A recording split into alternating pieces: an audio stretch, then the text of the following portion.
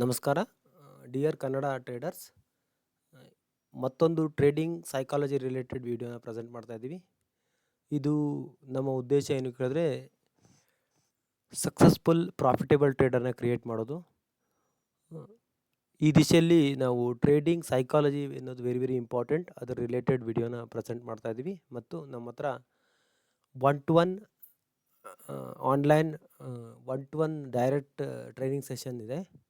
ಬೇಕಾದವರು ಕಾಂಟ್ಯಾಕ್ಟ್ ಮಾಡ್ಬೋದು. ಡಿಸ್ಕ್ರಿಪ್ಷನ್ ಬಾಕ್ಸಲ್ಲಿ ನಮ್ಮ ಕಾಂಟ್ಯಾಕ್ಟ್ ಡೀಟೇಲ್ಸ್ ಎಲ್ಲ ಇದೆ, ಚೆಕ್ ಮಾಡ್ಕೊಳ್ಳಿ. ಈ ಫೆಸಿಲಿಟಿನ ಯೂಸ್ ಮಾಡ್ಕೊಳ್ಳಿ ಅಂತ ಕೇಳ್ಕೊಳ್ತಾ ಇವತ್ತಿನ ವಿಡಿಯೋನ ಸ್ಟಾರ್ಟ್ ಮಾಡ್ತಾ ಇದ್ದೀವಿ. ನಮಸ್ಕಾರ. ಟ್ರೇಡಿಂಗ್ ಜಗತ್ತು, ಇದ್ರ ಬಗ್ಗೆ ಯೋಚನೆ ಮಾಡಿದ ತಕ್ಷಣ ನಮಗೆಲ್ಲ ಕಣ್ಣು ಮುಂದೆ ಬರೋದು ಆ ವೇಗವಾಗಿ ಓಡಾಡೋ ಚಾರ್ಟ್ಗಳು, ದೊಡ್ಡ ದೊಡ್ಡ ಲಾಭದ ಕನಸುಗಳು, ಮತ್ತು ಆ ಯಶಸ್ಸನ್ನ ಹಿಡಿಯೋಕ್ ಬೇಕಾದ ಯಾವುದೋ ಒಂದು ಸೀಕ್ರೆಟ್ ಸ್ಟ್ರಾಟಜಿ ಅಲ್ವಾ? ಹೆಚ್ಚಿನವರು ಇದೇ ಸೀಕ್ರೆಟ್ ಹುಡುಕೋಕ್ ಹೋಗ್ತಾರೆ. ಹೌದು. ಆದ್ರೆ ಇವತ್ತು ನಾವು ಚರ್ಚೆ ಮಾಡ್ತಿರೋ ಆಧಾರಗಳು ಹೇಳೋದು ಬೇರೆ. ಅವುಗಳ ಪ್ರಕಾರ 90% ಟ್ರೇಡರ್ಸ್ಗಳು ಸೋಲೋಕೆ ಕಾರಣ ಅವರ ಸ್ಟ್ರಾಟಜಿ ಅಲ್ಲ, ಬದಲಾಗಿ ಅವರ ಮನಸ್ಥಿತಿ. ಯಶಸ್ಸು ಅನ್ನೋದು ಕೇವಲ ಒಂದೇ ಒಂದು ಅಭ್ಯಾಸದ ಮೇಲೆ ನಿಂತಿದೆ ಅಂತ ಈ ಆಧಾರಗಳು ಒತ್ತಿ ಹೇಳುತ್ತಿವೆ. ಖಂಡಿತ. ಇಲ್ಲಿಯೇ ಅಲ್ವಾ ಸಾಮಾನ್ಯ ದೊಡ್ಡ ತಪ್ಪು ತಿಳುವಳಿಕೆ ಇರೋದು.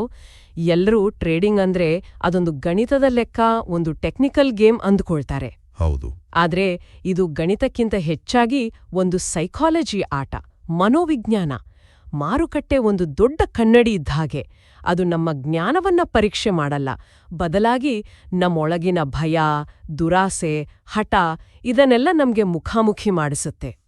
ಓ, ಇದೇ ಕಾರಣಕ್ಕೆ ಒಂದೇ ಸ್ಟ್ರಾಟಜಿಯನ್ನ ಇಬ್ರು ಬೇರೆ ಬೇರೆ ಜನ ಬಳಸಿದಾಗ ಒಬ್ಬ ಲಾಭ ಮಾಡಿದ್ರೆ ಇನ್ನೊಬ್ಬ ನಷ್ಟ ಮಾಡ್ಕೋತಾನೆ. ವ್ಯತ್ಯಾಸ ಇರೋದು ಚಾರ್ಟ್ನಲ್ಲೆಲ್ಲ, ಅವರ ಕುರ್ಚಿಯಲ್ಲಿ.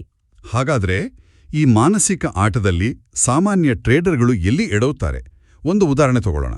ರವಿ ಅಂತ ಒಬ್ಬ ಟ್ರೇಡರ್ ಇದ್ದಾನೆ ಅಂದ್ಕೊಳ್ಳಿ. ಸರಿ. ಅವನು ಸಾಕಷ್ಟು ಓದ್ಕೊಂಡಿದ್ದಾನೆ, ಕೋರ್ಸ್ ಮಾಡಿದ್ದಾನೆ, ಅವನತ್ರ ಒಂದು ಒಳ್ಳೆ ಸ್ಟ್ರಾಟಜಿ ಕೂಡ ಇದೆ. ಅವನು ಬೆಳಿಗ್ಗೆ ಟ್ರೇಡ್ ಶುರು ಮಾಡ್ತಾನೆ. ಮೊದಲ ಟ್ರೇಡ್ನಲ್ಲೇ ಸಣ್ಣ ಲಾಭ ಬಂತು. ಆಗೇನಾಗತ್ತೆ? ಅಲ್ಲಿಂದಲೇ ಕಥೆ ಶುರುವಾಗೋದು. ಆ ಸಣ್ಣ ಲಾಭ ಕಂಡ ತಕ್ಷಣ ಅವನ ಮನಸ್ಸಿನಲ್ಲಿ ಒಂದು ಭಯ ಹುಟ್ಕೊಳ್ಳುತ್ತೆ. ಅಯ್ಯೋ, ಈ ಬಂದಿರೋ ಲಾಭ ಕೈತಪ್ಕೋದ್ರೆ ಅಂತ. ಆ ಭಯದಲ್ಲಿ ಅವನ ಸ್ಟ್ರಾಟಜಿ ಪ್ರಕಾರ ಇನ್ನೂ ದೊಡ್ಡ ಲಾಭದ ಅವಕಾಶ ಇರುತ್ತೆ. ಆದ್ರೂ ಅವನು ಅರ್ಧದಲ್ಲೇ ಟ್ರೇಡ್ನಿಂದ ಹೊರಬಂದ್ಬಿಡ್ತಾನೆ. ಬೇಗ ಎಕ್ಸಿಟ್ ಆಗ್ತಾನೆ. ಎಕ್ಸಾಕ್ಟ್ಲಿ. ಆಮೇಲೆ ಚಾರ್ಟ್ ನೋಡಿದಾಗ ತಾನು ಅಂದ್ಕೊಂಡ ಹಾಗೆ ಮಾರ್ಕೆಟ್ ಮೇಲೆ ಹೋಗಿರುತ್ತೆ. ಆಗ ಅವನಿಗೆ ಪಶ್ಚಾತ್ತಾಪ ಶುರುವಾಗುತ್ತೆ. ಛೇ, ಯಾಕಿಟ್ಕೊಳ್ಳಿಲ್ಲ ಅಂತ. ಸರಿ, ಈಗ ಎರಡನೇ ಟ್ರೇಡ್. ಈ ಬಾರಿ ಏನಾಗತ್ತೆ? ಮೊದಲ ಟ್ರೇಡ್ನ ಪಶ್ಚಾತ್ತಾಪ ಅವನ ಮನಸ್ಸಿನಲ್ಲಿ ಇನ್ನೂ ಇದೆ ಅಲ್ವಾ? ನಿಖರವಾಗಿ. ಆ ಪಶ್ಚಾತ್ತಾಪದ ಭಾವನೆಯಲ್ಲೇ ಎರಡನೇ ಟ್ರೇಡ್ ತಗೊಳ್ತಾನೆ. ಈ ಸಾರಿ ಸ್ವಲ್ಪ ನಷ್ಟ ಆಗೋಕ್ ಶುರುವಾಗತ್ತೆ. ಈಗ ಅವನ ಮೈಂಡ್ಸೆಟ್ ಪೂರ್ತಿ ಚೇಂಜ್. ಹೇಗೆ? ಛೇ, ಮೊದಲ ಟ್ರೇಡ್ನಲ್ಲಿ ಬಂದ ಲಾಭವನ್ನ ಕಳ್ಕೋಬಾರ್ದಿತ್ತು. ಈಗ ಈ ನಷ್ಟವನ್ನು ರಿಕವರ್ ಮಾಡಬೇಕು, ಮೊದಲ ಟ್ರೇಡ್ನ ಲಾಭವನ್ನು ವಾಪಸ್ ಗಳಿಸ್ಬೇಕು ಅನ್ನೋ ಹಠಕ್ ಬೀಳ್ತಾನೆ. ಓಕೆ. ಅವನ ಸ್ಟಾಪ್ ಲಾಸ್ ಹತ್ರ ಬಂದ್ರೂ ಅದನ್ನು ಒಪ್ಕೊಳ್ಳಲ್ಲ. ಇನ್ನೊಂಚೂರು ನೋಡನ, ಮಾರ್ಕೆಟ್ ವಾಪಸ್ ಬರಬಹುದು ಅಂತ ತನ್ನ ನಿಯಮವನ್ನೇ ಮುರಿತಾನೆ. ಅಂದ್ರೆ ಈಗ ಅವನು ತರ್ಕದಿಂದ ಯೋಚನೆ ಮಾಡ್ತಿಲ್ಲ, ಬರೀ ಭಾವನೆಗಳ ಆಧಾರದ ಮೇಲೆ ನಿರ್ಧಾರ ತಗೊಳ್ತಿದ್ದಾನೆ. ಇದನ್ನೇ ರಿವೆಂಜ್ ಟ್ರೇಡಿಂಗ್ ಅಂತಾರಲ್ವಾ? ಖಂಡಿತ, ಅದನ್ನೇ ರಿವೆಂಜ್ ಟ್ರೇಡ್ ಅಂತಾರೆ. ಅಂದ್ರೆ ಕಳೆದುಕೊಂಡಿದ್ದನ್ನ ವಾಪಸ್ ಪಡಿಬೇಕು ಅಂತ ಹಠಕ್ ಬಿದ್ದು ಮಾಡೋ ಟ್ರೇಡ್. ಇದು ಟ್ರೇಡಿಂಗ್ ಅಲ್ಲ, ಇದು ಜೂಜು. ಹೌದು. ಮಾರುಕಟ್ಟೆ ಮೇಲೆ ಸೇಡು ತೀರಿಸ್ಕೊಳ್ಳಕ್ಕೆ ಹೊರಟ ಹಾಗೆ. ಆದ್ರೆ ಮಾರುಕಟ್ಟೆಗೆ ನಮ್ಮ ಬಗ್ಗೆ ಯಾವ ಭಾವನೆಯೂ ಇರಲ್ಲ. ಸೊ ರವಿಯ ಕಥೆಯಲ್ಲಿ ಆ ಸಣ್ಣ ನಷ್ಟ ಈಗ ದೊಡ್ಡ ನಷ್ಟವಾಗಿ ಬದಲಾಗುತ್ತೆ. ದಿನದ ಕೊನೆಗೆ ಅವನ ಅಕೌಂಟ್ ಕೆಂಪಾಗಿರುತ್ತೆ, ಮನಸ್ಸು ಪೂರ್ತಿ ಹಾಳಾಗಿರುತ್ತೆ.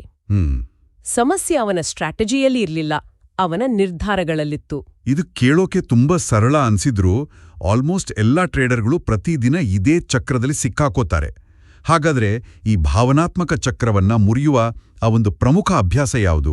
ರವಿಯಂತಹ ಟ್ರೇಡರ್ಗಳು ಈ ಸುಳಿಯಿಂದ ಹೊರಗಡೆ ಬರೋಕೆ ಏನ್ ಮಾಡಬೇಕು? ಇಲ್ಲಿಯೇ ನಮ್ಮ ಆಧಾರಗಳ ಪ್ರಮುಖ ಒಳನೋಟ ಇರೋದು. ಆ ಅಭ್ಯಾಸ ಪ್ರತಿ ಟ್ರೇಡನ್ನು ಕೇವಲ ಒಂದು ಸ್ವತಂತ್ರ ಘಟನೆಯಂತೆ ನೋಡುವುದು ಅಷ್ಟೇ. ಅಷ್ಟೇನಾ? ಹೌದು. ಕೇಳೋಕೆ ಇದು ತೀರಾ ಸಣ್ಣ ವಿಷಯದಂತೆ ಕಾಣಬಹುದು, ಆದ್ರೆ ಟ್ರೇಡಿಂಗ್ನ ಇಡೀ ಮನೋವಿಜ್ಞಾನವೇ ಇದ್ರಲ್ಲಿದೆ. ಹೆಚ್ಚಿನ ಟ್ರೇಡರ್ಗಳು ಅವರು ಯಾವತ್ತೂ ಒಂದೇ ಒಂದು ಟ್ರೇಡ್ ತಗೊಳ್ಳಲ್ಲ. ಅವರು ತಮ್ಮ ಹಿಂದಿನ ಟ್ರೇಡ್ನ ಮುಂದುವರೆದ ಭಾಗವಾಗಿ ಹೊಸ ಟ್ರೇಡ್ ಮಾಡ್ತಾರೆ. ವಾ, ಇದು ಕೇಳೋಕೆ ಸಿಂಪಲ್ ಅನ್ಸಿದ್ರು ಇದರ ಪರಿಣಾಮ ಎಷ್ಟು ದೊಡ್ಡದು ಅಂತ ಈಗ ಅರ್ಥ ಆಗ್ತಿದೆ. ಆದರೆ ರವಿ ಮಾಡಿದ ತಪ್ಪು ಅದೇ. ಅವನ 2ನೇ ಟ್ರೇಡ್ 1ನೇ ಟ್ರೇಡ್ನ ಭಾವನಾತ್ಮಕ ಹೊರೆಯನ್ನು ಹೊತ್ತಿತ್ತು.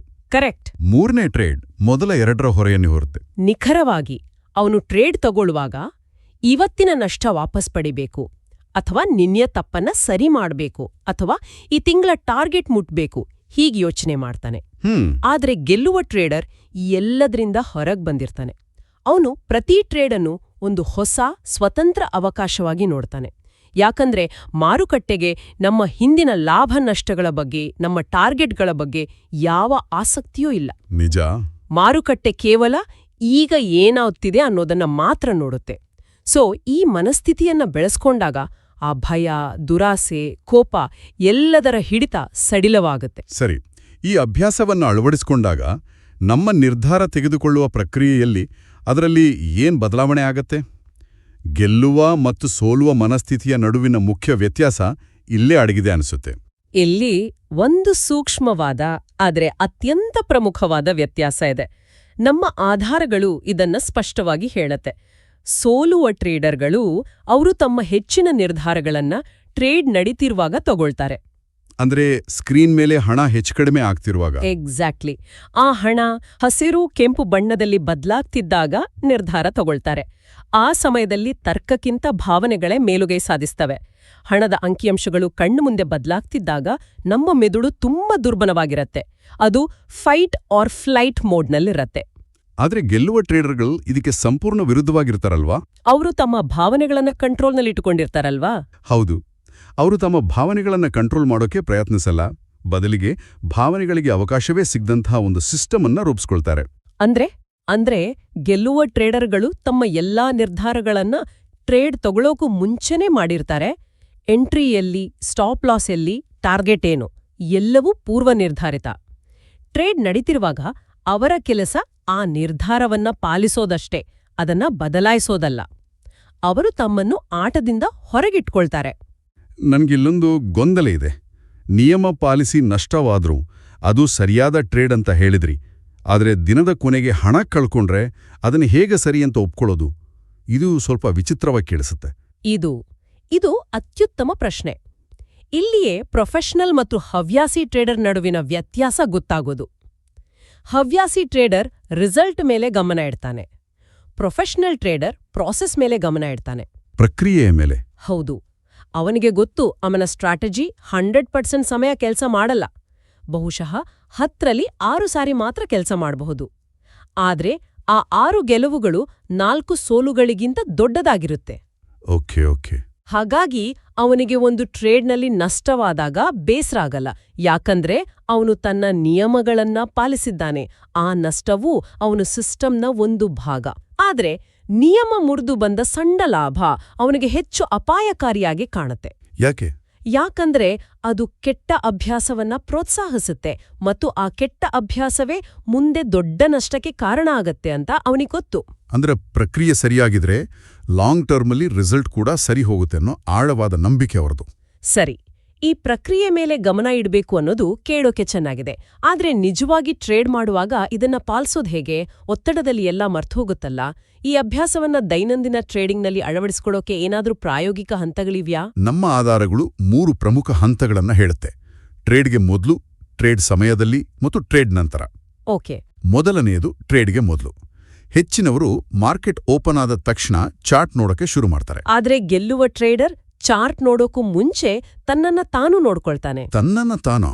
ಹೌದು.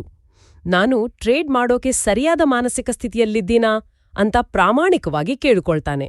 ಹಿಂದಿನ ದಿನ ರಾತ್ರಿ ಸರಿ ನಿದ್ದೆ ಆಗಿಲ್ವಾ, ಮನೆಯಲ್ಲಿ ಜಗಳ ಆಗಿದ್ಯಾ, ಅಥವಾ ಹಿಂದಿನ ದಿನದ ನಷ್ಟದ ಬಗ್ಗೆ ಕೋಪ ಇನ್ನೂ ಇದೆಯಾ?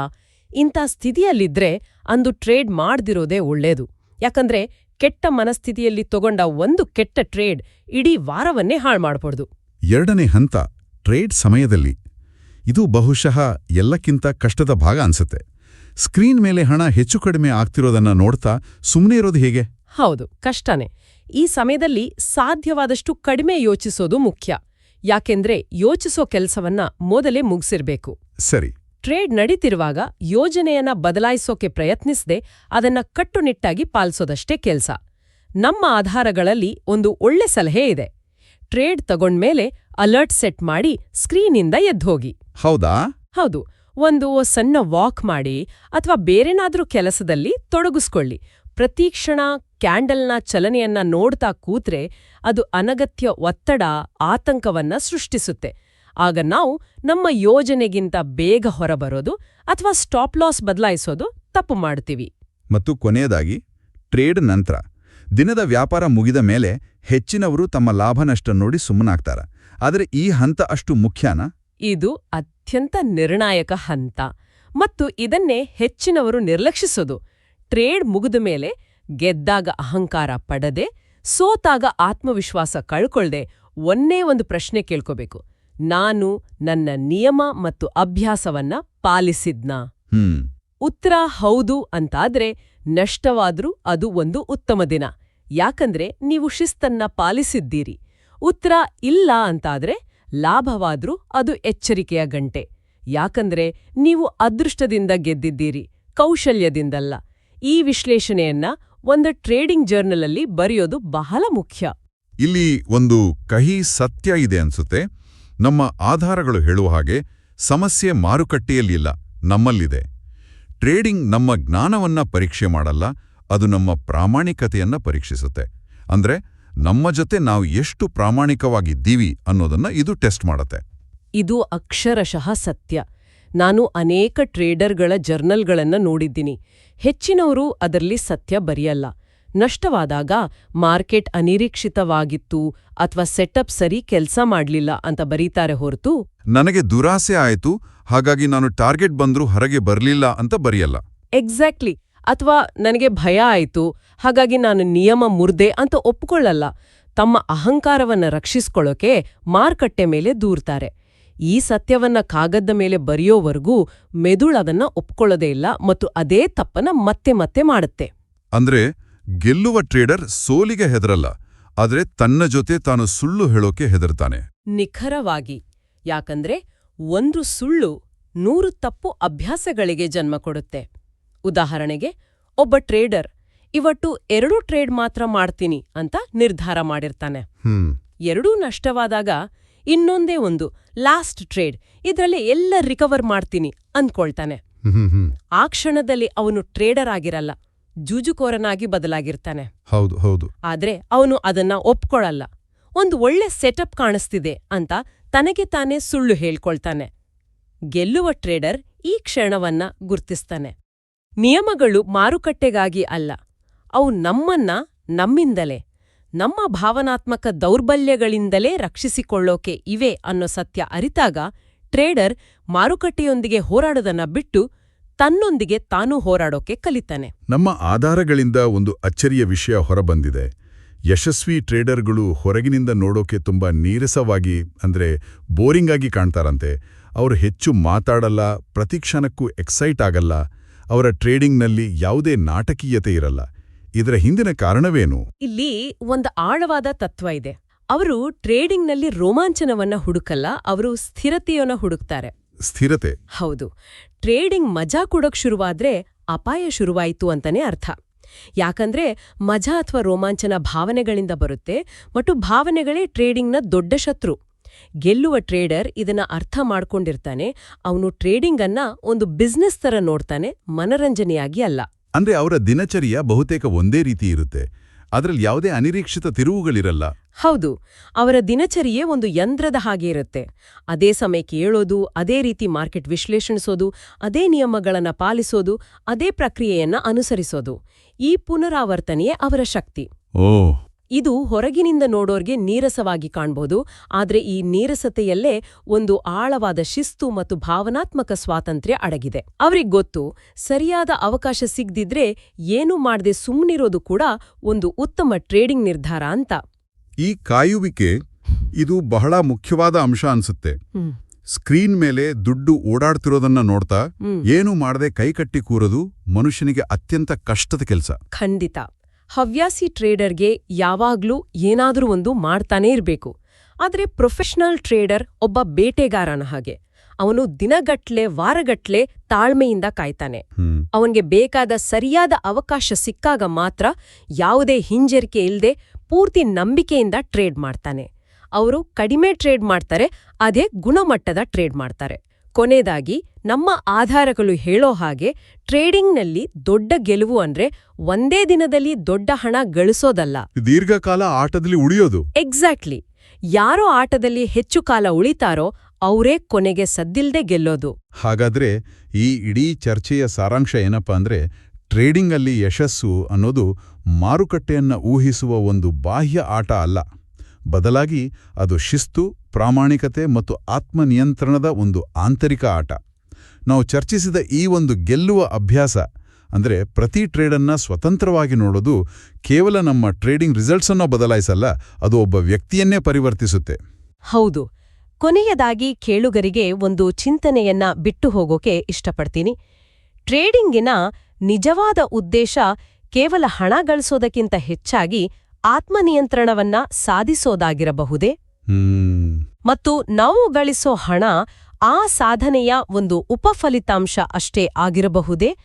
ದಿನದ ಕೊನೆಯಲ್ಲಿ ನೀವು ಮಾರುಕಟ್ಟೆಯನ್ನ ಸೋಲಿಸಿದಿರಾ ಅಥವಾ ಮಾರುಕಟ್ಟೆ ನಿಮ್ಮನ್ನು ಸೋಲಿಸಿತೆ ಅನ್ನೋದಕ್ಕಿಂತ ಒತ್ತಡದ ಸಂದರ್ಭದಲ್ಲಿ ನೀವು ನಿಮ್ಮನ್ನ ಮುರಿದುಕೊಳ್ಳಿಲ್ಲ, ನಿಮ್ಮ ನಿಯಮಗಳನ್ನ ನೀವು ಪಾಲಿಸಿದಿರಿ ಅನ್ನೋದು ಹೆಚ್ಚು ಮುಖ್ಯವಾಗತ್ತೆ. ಆ ಸ್ಥಿರತೆಯೇ ನಿಜವಾದ ಗೆಲುವು.